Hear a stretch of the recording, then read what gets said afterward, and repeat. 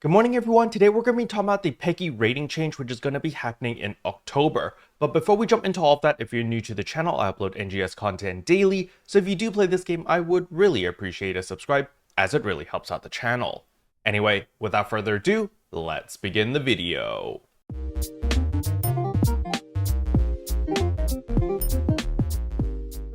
So the very first thing I want to go over is of course the official post right here, PEGI rating change. The PEGI rating will change from 16 plus to 18 plus in October 2024 in accordance with the game's current content. So this is basically the age restriction. If you go lower on the PEGI scale, there are more rules to enforce as, in order to be suitable for children, they have to oblige to all of these different rules. As we can see right here, what is the PEGI rating? PEGI stands for Pan-European Game Information, and it is a system used to indicate the target age range of a game software in Europe based on the game's content. The displayed age rating label indicates that the game includes content that is intended for players who are above the stated age group based on a review conducted in the accordance with PEGI's Code of Conduct. This is meant to be a reference for customers when playing the game. For more information, go to their website. So when we click on the PEGI official site, you can see right here there is PEGI 16. This is what it used to be. As the description says right here, this rating is applied once the depiction of violence or sexual activity reaches a stage that looks the same as would be expected in real life.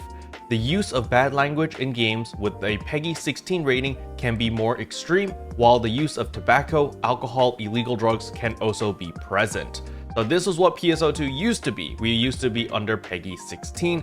However, in October, it will be bumped up to PEGI 18, which means there are less restrictions, which means the game can green light a lot more things easier. As we can see in the description right here, the adult classification is applied when the level of violence reaches a stage where it becomes a depiction of gross violence, apparently motiveless killing, or violence towards defenseless characters. The glamorization of the use of illegal drugs and of the simulation of gambling and explicit sexual activity should also fall into this age category. So the main reason why NGS is being bumped from 16 to 18 is gonna be, of course, the gambling, because, Sega's really pushing those AC scratches, pushing those SG scratches. There's a lot of gacha involved in this game, which is why they were forced to go from PEGI 16 to PEGI 18. As we can see right here under the gambling tab, the game contains elements that encourage or teach gambling. These simulations of gambling refer to games of a chance that are normally carried out in casinos or gambling halls.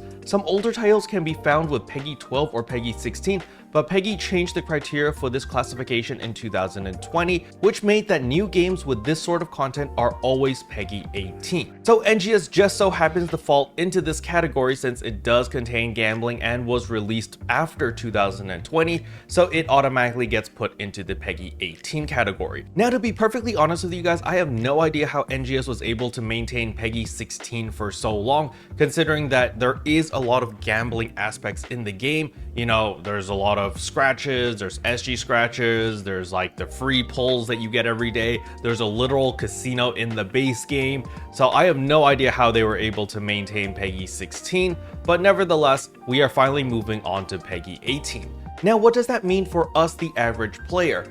Well, hopefully we are going to get some reverts to certain changes that were implemented on the global side and the global side only in order to satisfy or meet the criteria for PEGI 16. A very notable one was actually character height.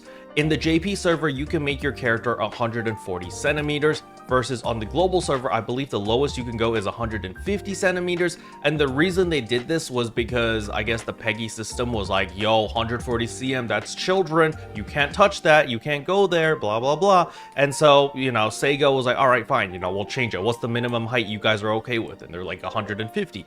So we have the 150 cm on the global server as the shortest height, versus on the JP server, you can go 140. But in October, NGS will no longer have to follow the PEGI 16 rules and will be following the PEGI 18 rules, which is the adult category. So hopefully they'll be able to revert it back to the JP settings and basically have everything synced up with the global side as well as the JP side. Because at the moment, in order to appease our Western overlords, there are certain things on the global server that have been tweaked, and have been changed. And I do hope that, you know, we just go back to the original source. Whatever the JP server has, we should have. And I think that should just be easier. It's actually easier for the devs as well, because they can just port over the game and they don't need to fiddle around with any code or any sliders or any whatever, and things will be a lot easier, in my personal opinion. Now, another benefit of being categorized as PEGI 18 is going to be the green light for a lot of collaborations, a lot of outfits, a lot of designs are going to be a lot easier to green light on the global side. It used to be very complicated because it's like, all right, does this meet the PEGI 16 criteria? Is this too sexy? Is this too lewd? Is this too whatever? There were a lot of fine lines that Sega were walking on before. However, now that it's very clearly on PEGI 18, which is the adult category, well, then they don't need to care about a lot of these rules anymore, and they can just go ham on their designs and do whatever the heck they want, which is going to be a lot easier on the game design part of things. So hopefully after October, Sega can pull all of the stops and just give us the raw, unadulterated content without having to self-censor themselves all the time, especially on the global side. Special thanks to all the members for supporting the channel. It really means a lot to me. Thank you again.